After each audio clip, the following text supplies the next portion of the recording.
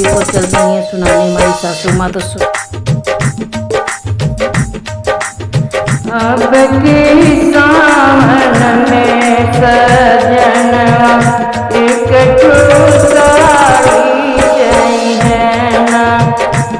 अब की सावन में सजना एक साड़ी चाहिए ना।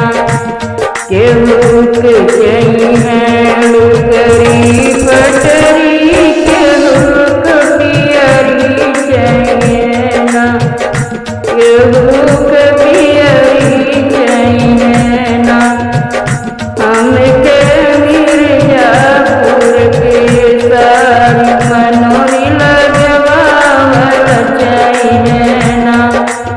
हमके मिर्जापुर के सारी मनोरी लगवावल चाहिए ना। अब की सावन में सजना एक साड़ी चाहिए ना। केहू के चाहिए कोठा अटारी, केहू के चाहिए मड़ैया ना।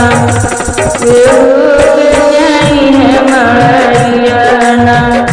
हमके मिर्जापुर के महलिया खिड़की लगवावल चाहिए ना।